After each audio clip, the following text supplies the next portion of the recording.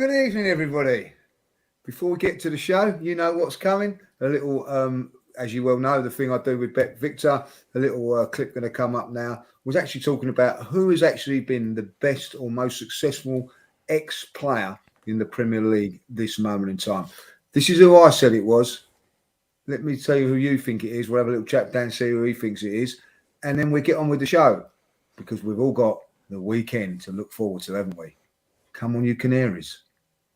Patrick Vieira for me, because he took over at Crystal Palace with only seven first-team players available when he took that first training session. Get everybody's favourites to be relegated, to put them into mid-table without a relegation battle 2 months before the end of the season. I think you have to give it to Patrick, and that's not being biased because obviously Arteta's in there as well. But I just think it's an unbelievable job what he's done. People turn around and say, "Oh, you need time to do this and do that." To do that and get beat Tottenham and Arsenal quite comfortably at home. For me, I've got to say Vieira.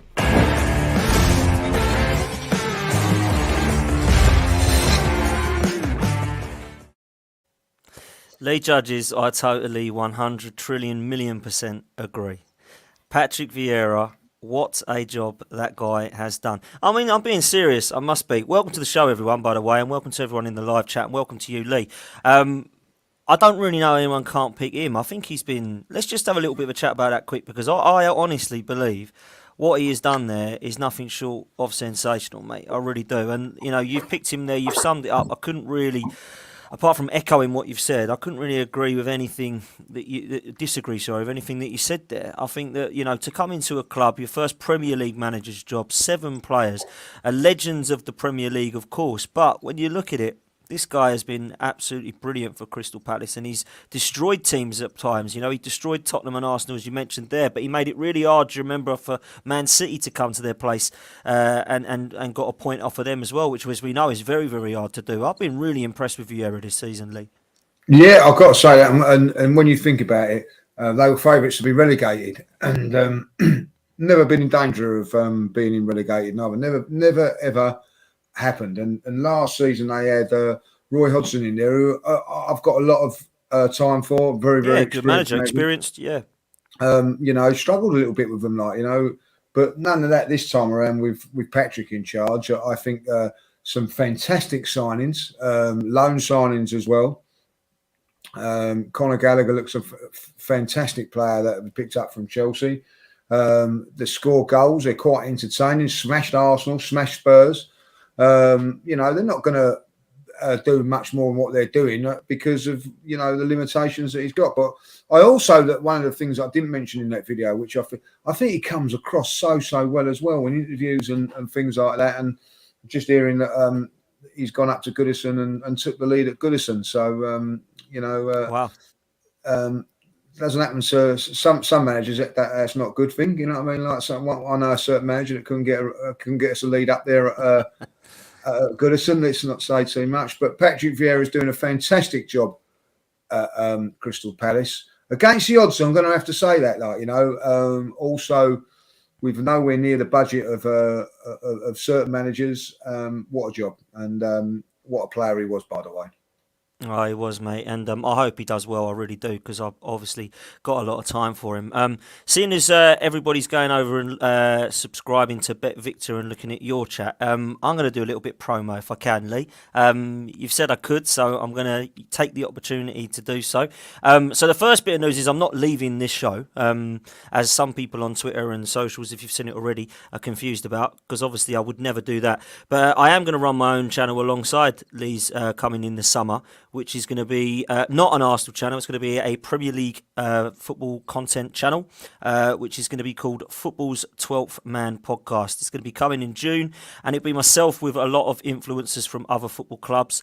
It'll be all football clubs in the Premier League, not just the top 6, not just the top 4, and it will be lots of different content in relation to pre-season, in relation to the transfer window. We'll be talking quite a lot about top 4, top 6 relegation, and a few little bit of debates and hot topics in there as well. And something special coming along will be a little quiz, a sudden death quiz for fans to see how much they know about their clubs. So it's something that I've wanted to do, and people have said to me, no, Dan, why don't you have your own channel? Well, I've always kind of been the bridesmaids, never the bride, really. I've always wanted to help other people out and jump in their podcasts and talk football because that's what I enjoy. But I've decided to bite the bullet and go for it. I've never really had the confidence to do anything my own kind of style, but thanks to Lee and other people, I've managed to bite the bullet and go for it, mate. So I want to thank you, Lee, as well, for allowing me this platform and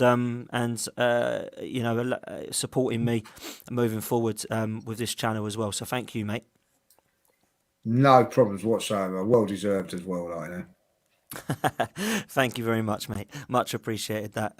We've got some football to talk about, judges. The season is not over.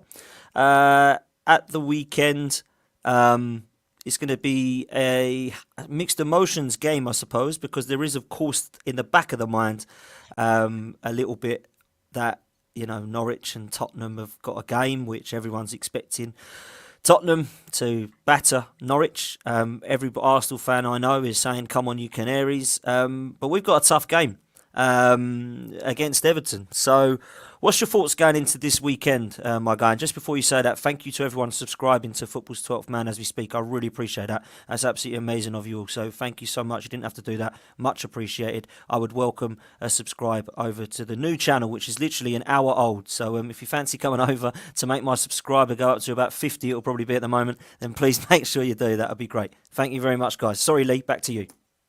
Well, what do I think about it? You know what I mean? Disappointed. I'm still disappointed by Monday. Really, Dan. I haven't got over it.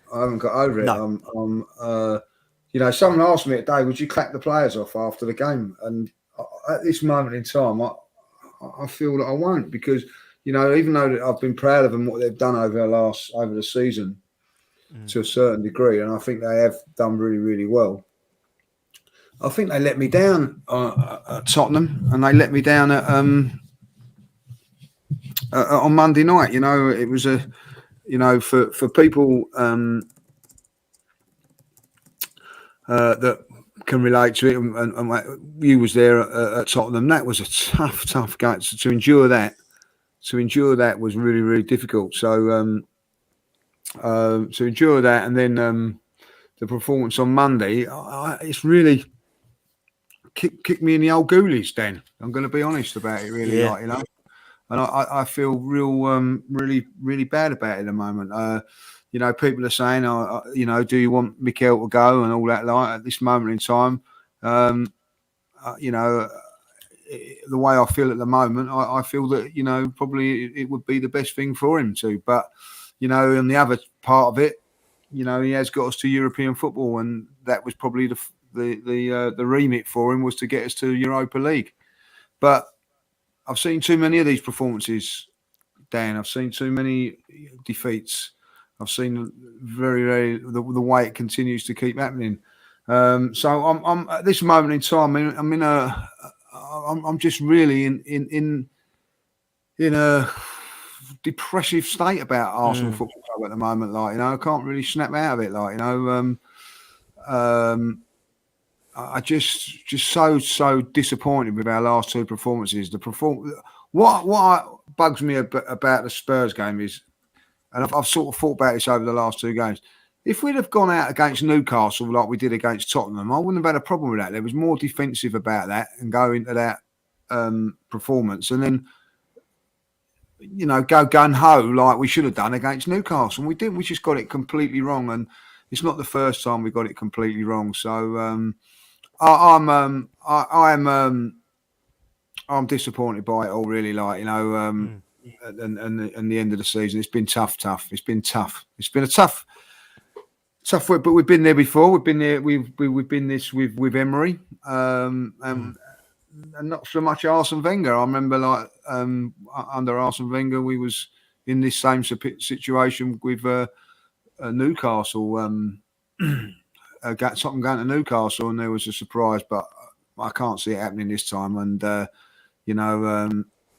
but in saying that, though, Dan, I'm gonna put this out there, that I've always said it, that Mikel is a very, very lucky manager. So he really is. He really is a lucky manager, mate. And can you imagine? Someone said it earlier, that the Canaries beat Spurs and we lose to Everton. You could just imagine it now, can't you? Do you know what I mean? You Well, can just imagine. if that was to happen, that would be unbelievable. Like, you know what I mean? So, It really would, mate. It really would. hopefully that doesn't happen. Like, No, of course. Before I bring another fan's opinion in, I'll give give my sad rundown on how I'm feeling at the moment going into this game. Football is going to be a massive social for me this weekend because I've kind of accepted the worst. I think we're going to finish fifth now. I expect Tottenham to beat Norwich. I'm just going to enjoy it and go into this with hopefully the sun shining, enjoying the people I've been enjoying football with for, well, the best part of a few years, but certainly this year has been home and away for me for the first time for a long time due to COVID. And of course, getting to football has been great. But this weekend, I'm not really expecting anything other than Tottenham to beat Norwich. And I do expect us to beat Everton because it'll be sod's law that we'll probably go and put 3 or 4 past Everton now. Now that it don't really matter and the pressure's off, we'll probably go and breeze past them. They're a team that have had a terrible season. And I do think personally that we're going to be able to see some of us playing better football now that it's all relaxed time. But we shall see what happens. I'm just going to try and do what I can to get through the end of this season with a smile on my face because it has been tough at times, Lee. And I know people are saying it's great that we've come fifth and no one expected that and European football's back. But when you've got 4th place, 4 points, and you balls it up, I'm sorry, but I've got no time for this process and I was already unconvinced by Mikel Arteta and nothing has changed on that one. For me, it would be goodbye if I had the ownership in terms of Stan Kroenke, and I'd be trying to go and get somebody else in who has experience to take what I think is not such a bad side forward. So we shall see what happens in the next transfer window, which I imagine will be a very busy one. I imagine we'll have a lot of money to spend in that, and I'm sure that Arsenal fans will get very excited by that. I would love to welcome Magic Mike to the show. He's back, he's in London, and he is here, baby. How the devil are you, sir? I'm doing better now than when Lee saw me earlier today. Have you got into your place? That's what I want to know. Like, I'm not in the place I was supposed to be. I'm now in a hotel room that Airbnb is paying for because of how badly they screwed up my my original lodging. So he never turned up, the fella? No, never turned up. Said that I could check in at 12:30. So I woke up yesterday about 9 a.m., 2 p.m. in UK time because I was on the East Coast, and was so excited to come over. I'm on the flight.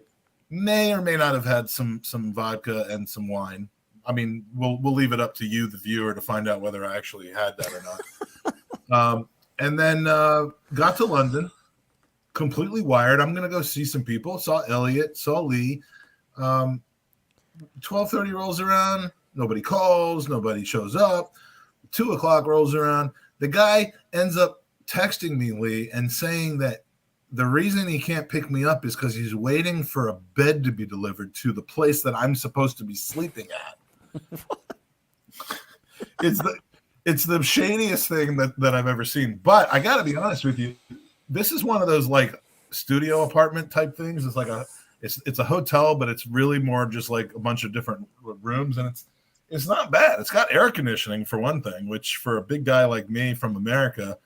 So what did you have to do then? Phone up the people and saying that they hasn't turned up? Yeah, no. I eventually had to call them. I was on hold for 45 minutes. Then they hung up on me. Then they called me back while I was in the toilet at the Coronet. They call me back, so I'm having this whole conversation with them, and people are coming in and out of them. In trap 2. I've had quite the day, man. I don't know what this is doing. I don't know what this is doing here, but I think it's for me to hang myself with. But I mean, the thing. But you're home, man. You're back here. You're back here. That's what matters, man. If I had been with anyone who I cared about, other than Lee Judges, but if my family was with me, it would have been a nightmare because they would have been whining and complaining and bitching. As it was, I was sat at the Coronet just having, you saw how many beers did I have when you were there? 2 or 3? 2 or 3, yeah. I mean, that went on for a while. And I finally found the way to avoid having Lee eat half of my food. I just didn't order any. You couldn't have my Judges peas. loves. Yeah, tell you, he couldn't have loves my the scrounge, chips. mate. Judges Couldn't have my does. chips. Couldn't have my peas because I didn't order any food. So yeah, I've had a lovely day. I was hoping he would. I was going, you can order. You can order. He said, no, I'll leave it like that. So I thought, oh, well, can't have his peas, can't have his extra egg. It's a joke, Lee, you know what I mean? Lee is very outspoken about world hunger, and he doesn't want anyone in the world to go hungry, especially himself. So. Well, Mike, I was going to ask you if you trust the process, but as Marcus said here, do you trust the mattress? Look, the last time I stayed at an Airbnb in North London, it didn't go so great. So you both were in the place before I broke the chairs. Yeah, I mean, there's always something that happens when I travel. I'll say something, because the last time that I heard the fella, he was walking down the high road to get you, wasn't he? So obviously he wasn't. You know what I mean? He said, I'm leaving now to come get you. And then like 45 minutes later, and the place is like 7 minutes from the Coronet. 45 minutes later, I'm like, are you here? And he's like, no, I'm waiting on a bed. And I'm like, okay, this is officially not happening. I mean, oh dear. I mean, I'm not above sleeping at the Coronet, but that wasn't what was going to happen. So anyway, all's well that ends well. Let's get your version of events at the Arsenal currently, mate. You've heard yourself. 2-0 now, Everton losing. Yeah, I've just seen that. It's been in the chat as well. So Everton, wow, unreal. That could be. That is unbelievable. Don't you want to finish in the top quarter of the table? I mean, we've done that. We have done it. Top quarter. Yeah. I like that. Top quarter. Quartile. I'll even go more like educated. The top quartile. We're in the 76th to 100th percentile of the Premier League, and that's really all you can ask for at this point, right, Dan? Such a stats man, such a numbers man you are. Let's be real here, man, because you know my stance on things, and I know your stance on things. To be fair, and you're a lot more. You're very level-headed, Mike, and that's a huge compliment coming from me, man. And I feel like when you do talk Arsenal, there's a lot that we disagree about, but we obviously both respect each other as people, but we respect each other's opinions as well. And I think it's fair to say that you've been getting behind what's been happening. You've been enjoying the football.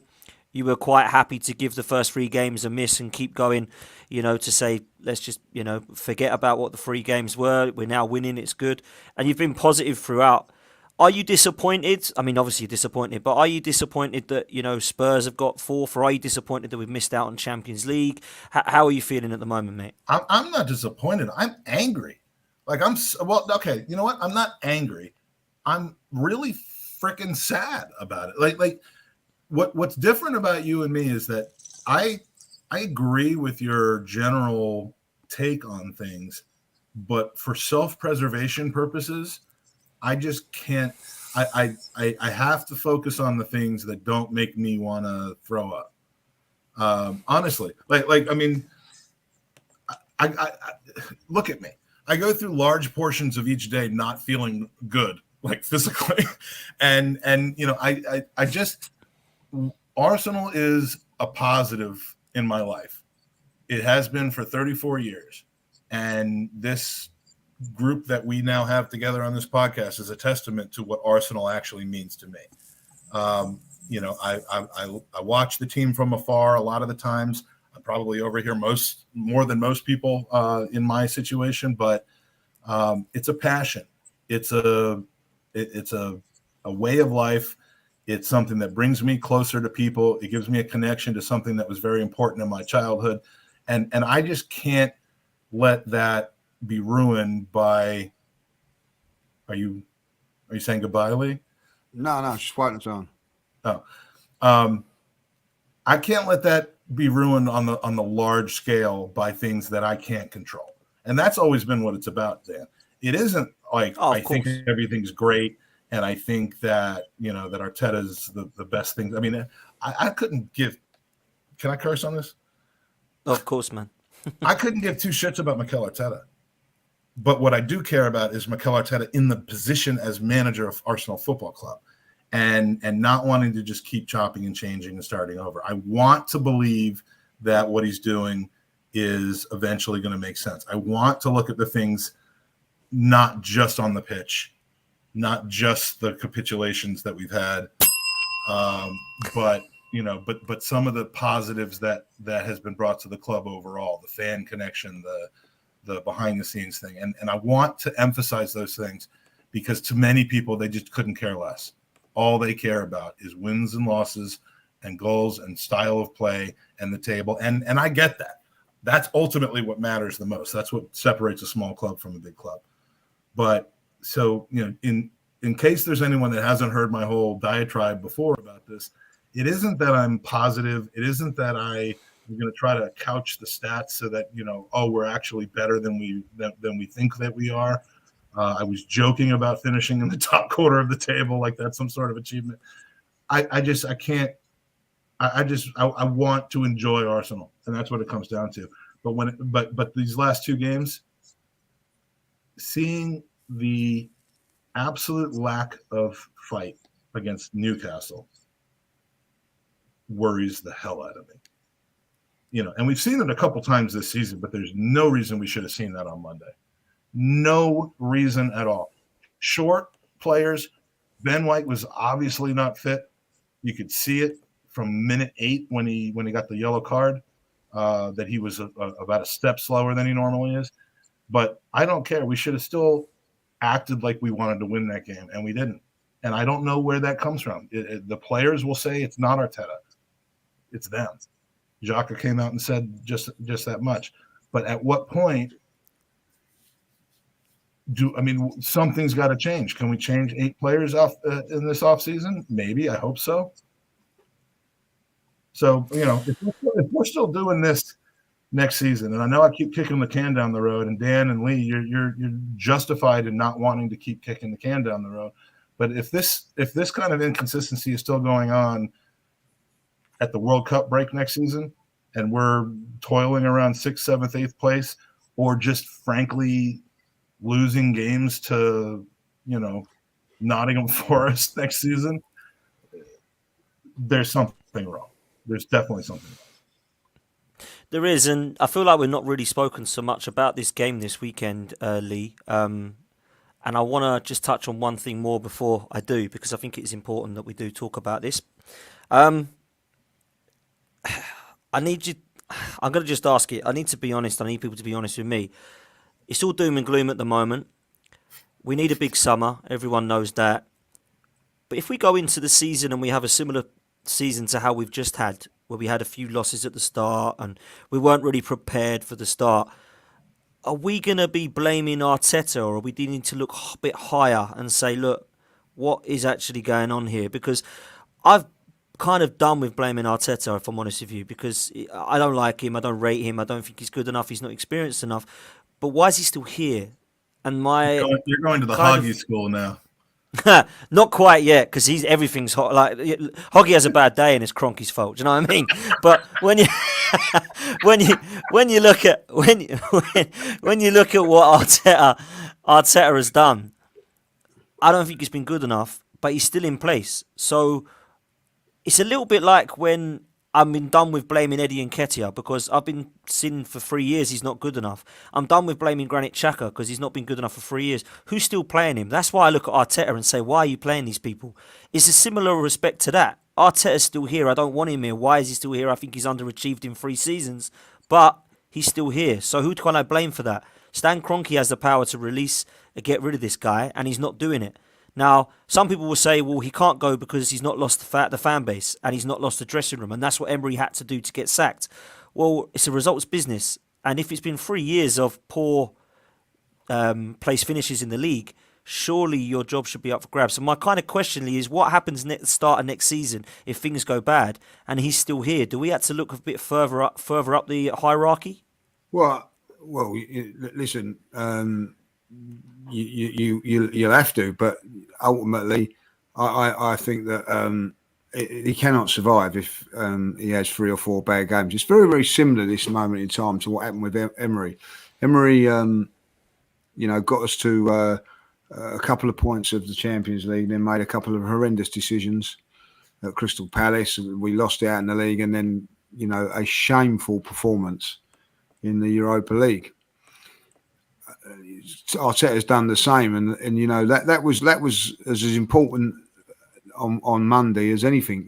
You can say, oh, not as important as Europa League, but near enough was, because that was Championship football there, up for grabs. And another performance that let down. How many more performances are going to be let down? They're not, and it's just not Arteta. It's under Arteta. We've at least these players have done it, as I said just earlier, under Emery. Now, what you got to say is that he's bringing his own players. Everybody's saying, "Oh, wait till he gets his own players." But the most of them are his own players. But ultimately, the two midfield players, which is a key part of the football, aren't there. He's had injuries, so I have to give him a little bit of a leeway there. But ultimately, no one likes losing, Dan. I don't like losing at any time. But you can take consolation from the defeat if you give it a go. I remember going to Liverpool a few years back under Arsene Wenger. It was end to end. Patrick scored, made it 1-1, and then the last kick of the game, I can't remember who scored for Liverpool. That hardly played for him. Scores a wonder goal, and you think, wow, how have we lost that game? But it was an unbelievable game of football.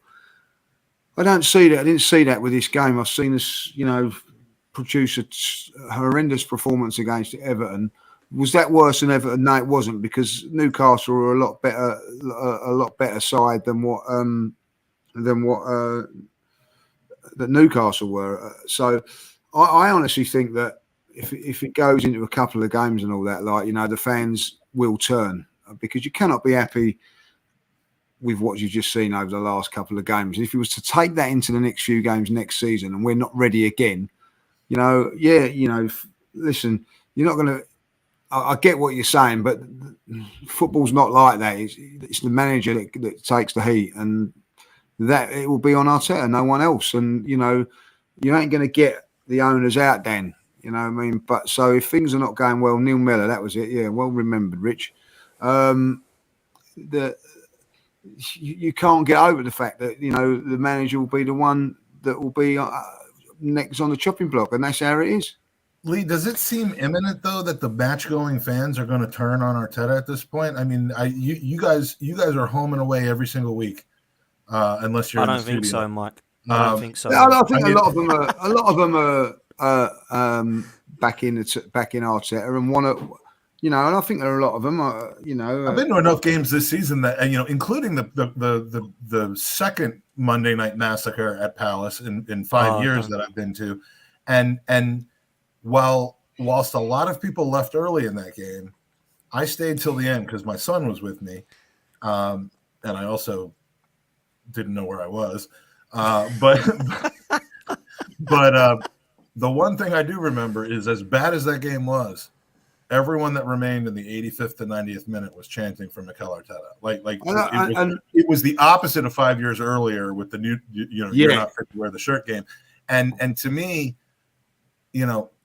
whether that's right or wrong, whether you agree with that or not, I mean, again, the podcast universe is kind of an echo chamber sometimes. And, I've been on 2 podcasts in the last 45 minutes, and there's a very different tone in each chat room. So you can there's a very, there are themes here, but the match-going fans, which you guys know better than anyone, I don't think that they're anywhere close to ditching. No. 100%. No, we might have to be 15th place going into the World Cup next season, in November for that to happen. And again, I'm not saying I'm not drawing that line for myself. No, but you're right, Mike. And I think that what's concerning for me, maybe concerning is the wrong word, but I'm going to say it. What's concerning for me is I think that the fans are totally on board with what he's doing. A majority, I should say, are totally on board with what he's doing. So I fear that we're going to have to get really seriously bad. I mean, he come 8th twice and the guys love him. We're going to have to get seriously bad. It's going to have to get to near on relegation fight before I think the fans are going to go, actually, nah, it ain't working, is it? Because I can't see. And don't say you're rooting for that, because then you'll never be the same again. Don't. Yeah, you know it. And I've got to bring up something, because Mr. Waffles come in and made a good point, really. And I wanted to get your take on this, Mike. Fans saying that Emery deserved to get sacked for bottling top 4. Where's the same energy for Mikel Arteta? Now, I don't want to say whether he's right or wrong there. I mean, I go along those lines, but I wanted to get your opinion on that, because a lot of people are saying this is completely different to the Unai Emery situation, but it's the same place in the league. So where's you stand on that, mate? I remember the stretch of games that started with ironically enough, started with Everton. Oh, don't. Where we essentially, I remember every single game, and the fact that even on the last day, it was down to a point.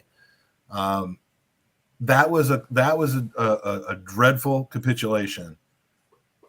That was the season that we went to the final. I think following that capitulation, then we went to Baku and blew it, or those 2 different years. I'm starting to get a little. I'm old. No, you're right.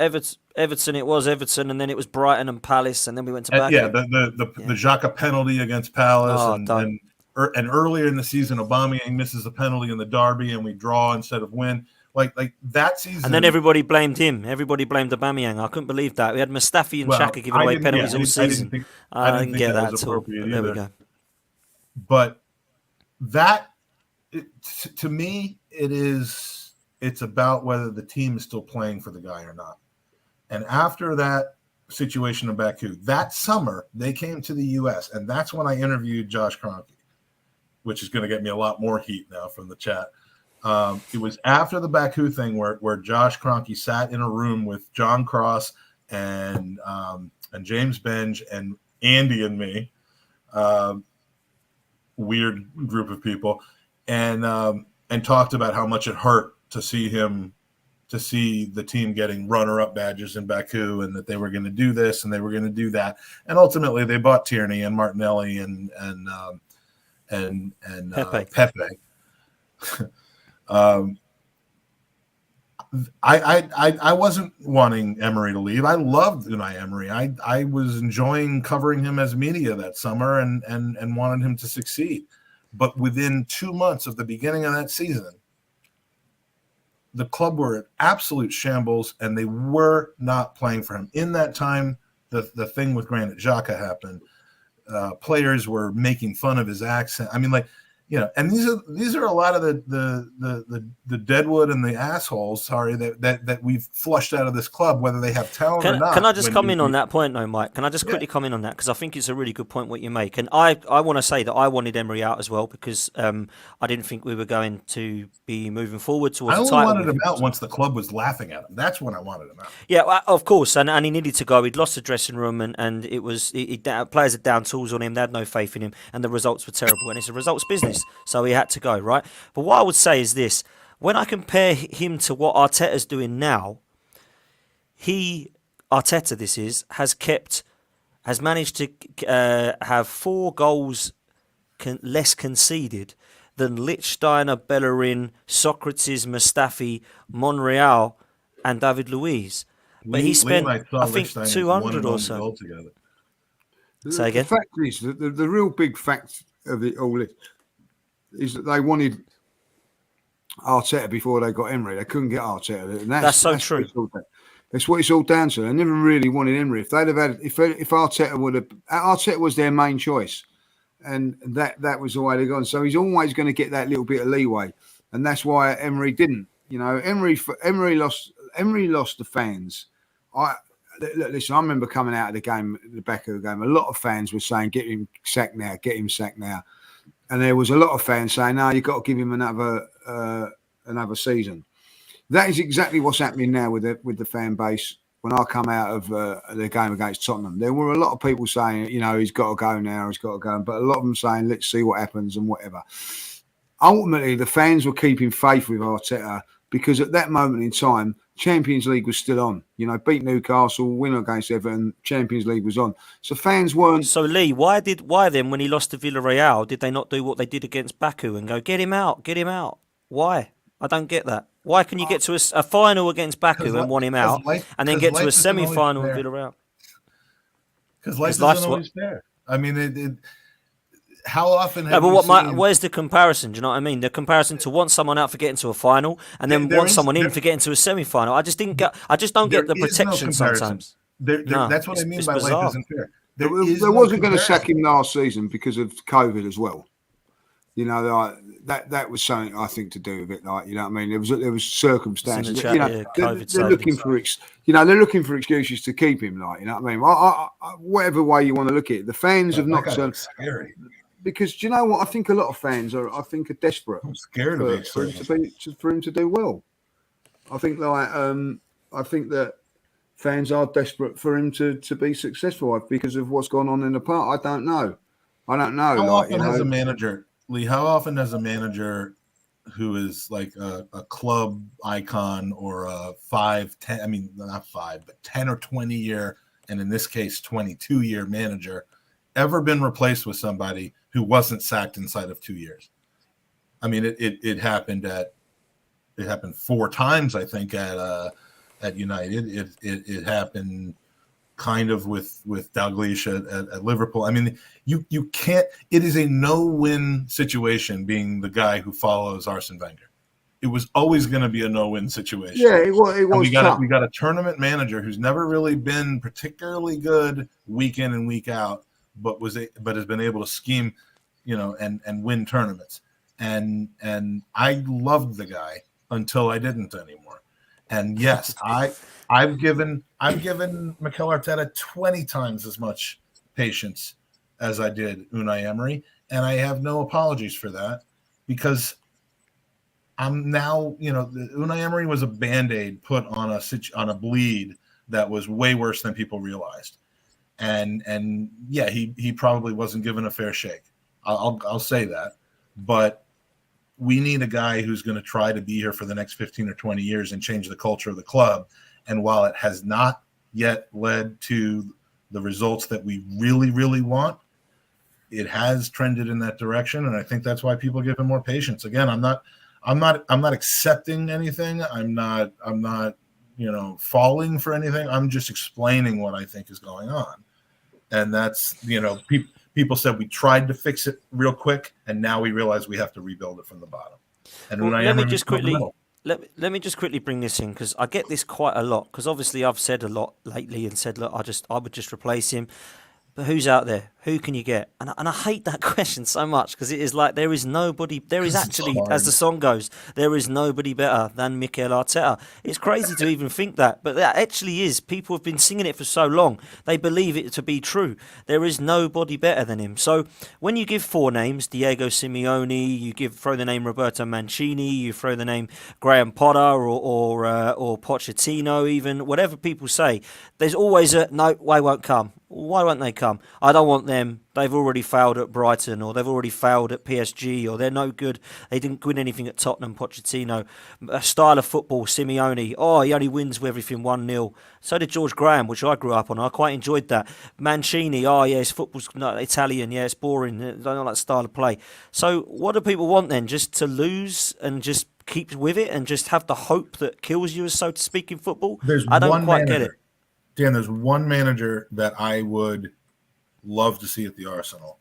And I'm not saying I would love to see it tomorrow, but I was just about 300 to 400 feet from him, watching him coach in a Champions League quarterfinal about a month or 2 ago. And the intensity and the addiction to the game and him kicking and heading the ball and boxing players out on his own in the technical area while the rest of the team, I've never seen anything like it before, and that's Diego Simeone. I love him. I don't. We're not in a position to say we don't want Simeone ball because it's boring. He went and did two banks of 5 against Manchester City in the first leg of that match, which I was at. And I took a picture and I drew the line on the picture. There were 2 lines of 5. And you know what? They almost kept De Bruyne out and they almost got the 0-0 that they were looking at. And it was strategic and necessary in that situation. You'd take him then, Mike. You'd take him, Mike. I would take him. I would take him. I'm not saying I would replace him. I would replace Arteta tomorrow because I want the continuity of what's being built. And I am not ready to jump off it yet. I know a lot of people are, but if we were to switch, that would be the guy that I would want. Lee, would you have Simeone? Cares so much, man. Oh, you're on mute, bro. So I wouldn't have Simeone. For me, I just don't think he's the right fit, even though I quite like him and everything like that. for me, I'd take someone with a bit of experience at the club that's been in the Premier League as well. I would go for someone like Mancini. You know, I've said it all along. Pochettino would be one as well. I'd love him to start winning trophies at Arsenal and really rub it in against them down the road. You know, it was one of the reasons for that. Maybe that's why I want that. But you know, like Vieira would be another one that I would take. I really, really like what Graham Potter's done at Brighton. I think the way he plays football, if they had finishers, they'd be right up there as far as I'm concerned. But there's always better managers out there if you want them, and it doesn't mean to say that because one's successful somewhere, one's not there. I just don't know. I think that we have to get to the fact is that Arsenal are not serious sackers. They don't sack managers willingly. They never have done. They always give a manager a chance. But it's how long you give this manager now. Like, you know, for me, I'm not saying that I'm completely done. Like what Mike's saying, he's still with him and all that. I've been on the thing, as you well know, Dan, with a lot of my mates trying to convince me that he's a real deal and having a go at me and saying you've got to go in, come on, go with it. And I've tried to go with it, and I'm realising now what I see against Spurs for playing into the hands of Tottenham again. The diabolical performances against Everton, Palace, and now Newcastle. They're too frequent in my football season. You know what I mean? These are performances you'd have once in a while, and you'd be shocked by them. You know what I mean? I've come out of grounds thinking, I'm shocked how bad we've played there. These are happening too often now, and I'm still shocked, and I don't really know why. I should be, expecting it. But those sort of performances are just not good enough. And it's, you know, someone said, we 13 defeats and all that. Like, yeah, 13 defeats, and we've had some 21 wins or something like that, which is really good. But ultimately, you know, if you are a good team, 5 of those defeats, 6 of those defeats, you get draws out of 6 more points on top of what you've got now. We don't do that. Third if we do that. I mean, we don't. You know, we go 1-0 down. We've gone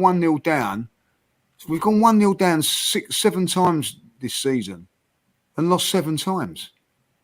Something's not right. You know what I mean? Like, you know, and we've got 1-0 up a lot of times and then conceded right before half. Yeah, but like, you know, that's the statistic. It's not a cutthroat team right now. And I don't know how you change that. I heard. I was listening to Elliot earlier and Clive on Arsenal Vision, and Elliot was saying that, you know, the 11 games that we've gone 1-0 down, we've lost 10 and we've won 1 of them. That's just absolutely crazy. Yeah, that was against Wolves. That's against Wolves. That was at home. We're talking about. I think it's 7 away from home. Oh yeah, I'm just talking about in general. They're the 11 that we've done. You know, it's crazy. It's absolutely crazy. You know, you cannot say, you know, that's great. There's something fundamentally wrong for that to happen. Like, you know, and listen, part of that has been that we've lost 2 of our better players, and our defence has been, I think, very, very good up until Tierney got injured. Then we had Tommy Asu out before that. We haven't had our fullback. We haven't had our 2 fullbacks now for 2 to 3 months. You know, we're having to play our backup forwards, and they've done an okay job. Certainly, Cedric has, but we've struggled in that round. We've struggled. Then, you know, we haven't kept a clean sheet, and that's the reason why. You know what I mean? But you know, you can make excuses for lots of different things, but ultimately, what I'm seeing is, I thought, right, if you were anything of a manager, you have the game against Everton, and you never have another game like that all season. But we've had too many of them. You know what I mean? You want to see a learning. I mean, yeah. People call him a trainee manager, learning on the job. If you're learning on the job, learn on the job. Yeah. Like, don't, you know, and again, I'm not just pointing the performance of the players on Arteta, because clearly they claim, the players, maybe it's for their own self-preservation, but they claim that they're not executing the game plan. So again, that would. I wouldn't take too much into that, Mike. I wouldn't take too much into. This is Xhaka we're talking about here, like. Well, but it's not only him that said that. Lacazette said that earlier this season. A few people have said that. He's another one, though, isn't he? Well, and I get you. I feel you. I will feel you tomorrow. But like they're repeating the same mistakes, and that's what worries me the most. Is like why can you not wake these people up? Why can you not learn from, like, you go to Everton? I think we were on a pretty good high at that moment, and then we went and just crapped the bed against Everton. It was like the one win they got in 15 games that was against us. Take that, put it into a formula, and make it not happen again. Like, that should be seen. That's something you should be able to expect from the team, and yet we've seen it time and time again. And so I'm echoing what Lee is saying. That is going to be what gets him sacked next season. If we keep seeing that, his non-negotiables, the way he treats players, his picking up certain players over another, that's not going to get him sacked. It's this constant, like, why is it 45 minutes in the game and we haven't even, like, remotely attempted a shot on goal type of stuff? That's going to get him sacked. And I hope it doesn't happen, because obviously I want us to succeed, but. And of course, that was the watch along you and Skegness Dave did together, the Everton Arsenal game. Oh my God! Oh my God, that was right. Great watch along that was to pick. That was a smashing success. I see we've never done one of those since. That was the last time Dave talked to me. Listen, we've got to go into this game. It's going to be interesting, and I'll tell you why. Burnley are beating Villa 1-0, which is nuts. So Everton's going to be playing for their life, right? So Everton are going to need this, like they are going to need this, because they are literally, they're really, really fighting relegation here. Imagine if Everton go down; it will be crazy. We do have to kind of come to a close soon, so I want to get people's score predictions before we come to a close. I'm going to go 2-1 Arsenal. I think Arsenal are going to do it and finish with a win. And I imagine that there won't be much booing or upset in the stadium or anything like that. I expect it to just be a nice, enjoyable weekend. And we go again next season, as people say, summer window. Nothing seems to be happening to Arteta. Nothing seems to be happening to the board or the Cronkies. So it looks like we're kind of stuck here, and we go again next season. Judges, what do you think for the weekend's game, mate? Oh, is he on mute again, or is it me? No, he's just moving his mouth around. He's not saying anything. I'll just seeing those results there, put me in, make it. It's just unbelievable, isn't it? Like, you know what I mean? Like, it looks like they're going to go down if they Everton lose are in to us. real trouble here. Like, if they don't pick themselves up, they've got to get something from that game. From the Palace game now. They've got goal differential on Leeds, so Leeds is going to have to win on Sunday. And they've got Burnley away, haven't they? So if Leeds wins on Sunday, then we basically can send Everton down. Sorry, Kev, but wow, yeah. And when they go down, they're gonna crash because of their financial situation. Oh, there we go. Well, and on that, I think Arsenal could be depleted. Like, looking at it there, but I'm going to say that Arsenal, at home, should just see this through, and I think Arsenal. I'm with you, Dan. 2-1. So, Mike?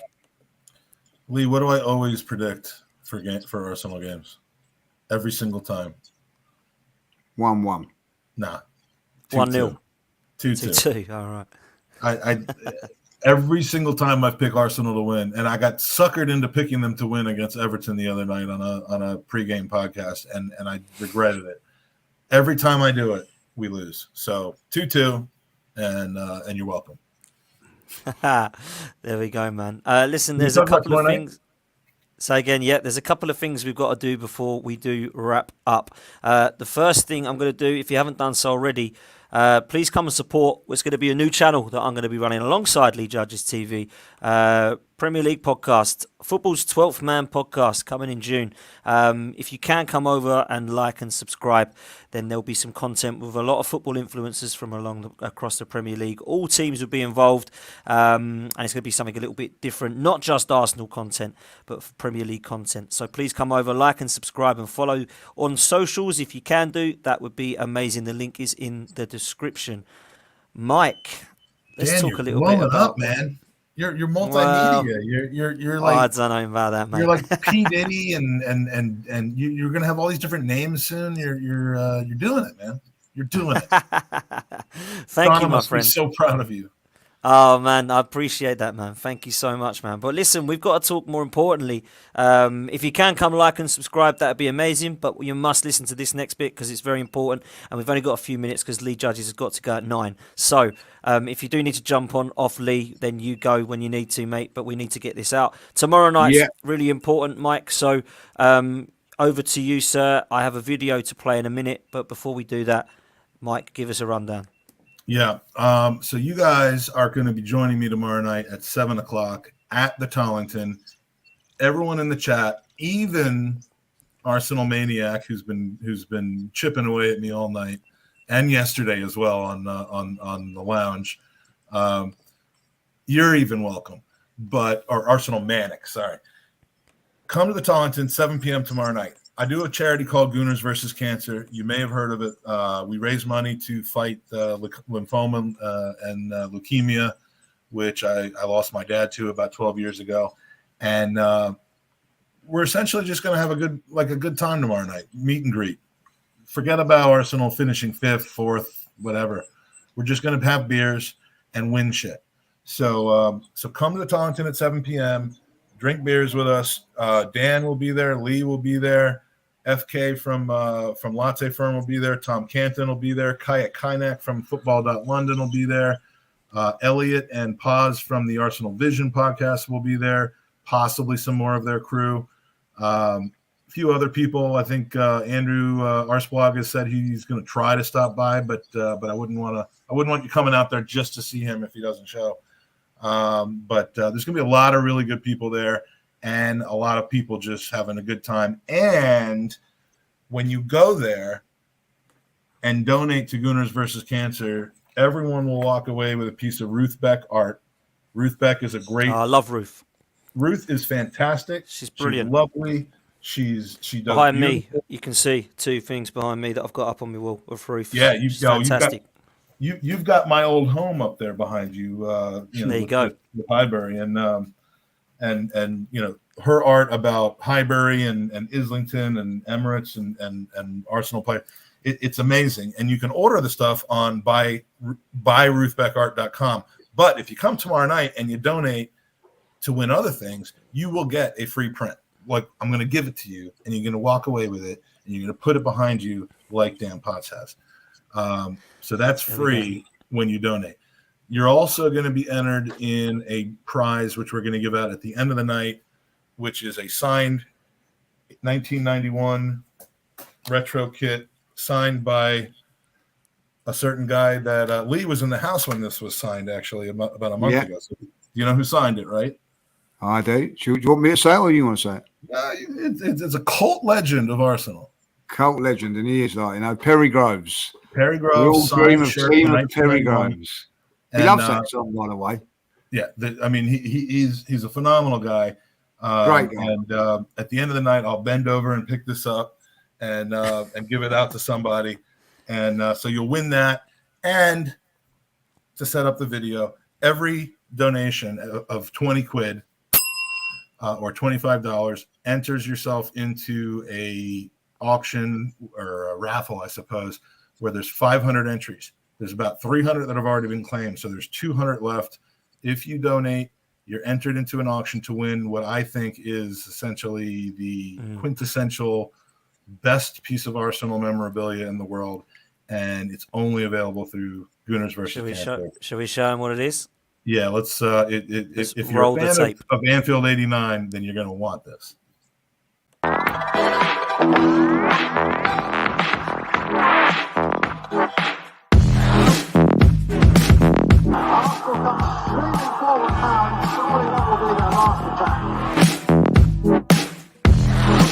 Good ball by Gibson. Finds Smith. The top shot to the midfield. Thomas. It's up for grabs now. Thomas. Right at the end.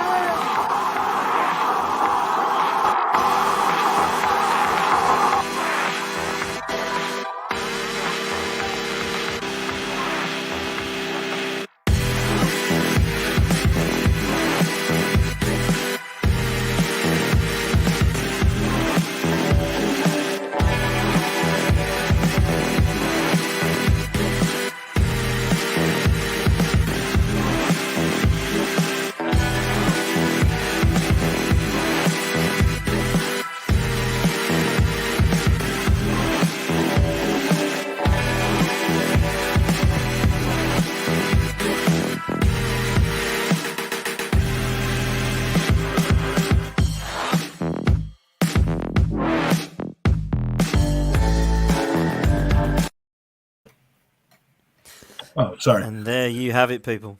Yeah, I mean, the What shirt is a amazing. prize, by the way. What The a prize that song, is. the song's Unbelievable. even better.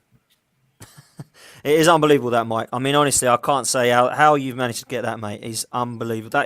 There is nothing that's going to beat that. Anybody watching this in the chat live, watching it afterwards and catch up, listening to the audio, will all want to know what that is, and that is an unbelievable prize. So get yourself over to goonersversuscancer.com and donate, because that is an unbelievable prize. You will never get anything like that. There's nothing like it. Nothing like it. And you do not have to be I mean, we'd love to see you tomorrow night at the Tollington, but we know not everybody is local or able to do that. You don't have to be there to enter for the shirt.